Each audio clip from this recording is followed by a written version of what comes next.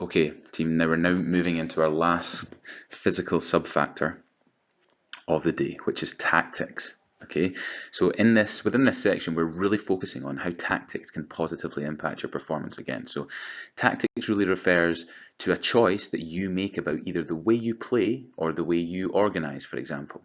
So this choice will depend on a variety of things.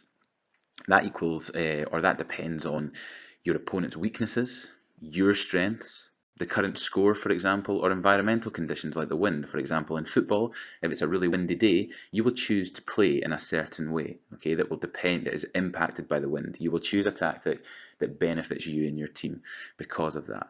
For example, the current score as well. So if you're losing in the dying minutes of a basketball game, you will choose to attack much more than if you were winning. You might just keep possession of the ball if you were winning. Okay, so again, at the bottom of the page there, it says your strengths plus your opponent's weaknesses equals the way in which you decide to play. Okay, team, we're now into our last task of the day. Now, the example I've given here in the way in which we can use tactics in order to positively impact our performance is through table tennis. So the example I've given is that your opponent has a weak backhand, so you noticed this early on. That was a weakness of theirs.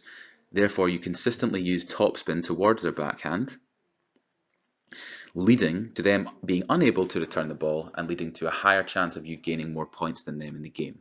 Okay, now in this task, I would like you to pick a different activity, and using the same format as above, I would like you to tell me one tactic that you could use in your activity in order to try and beat your opponent.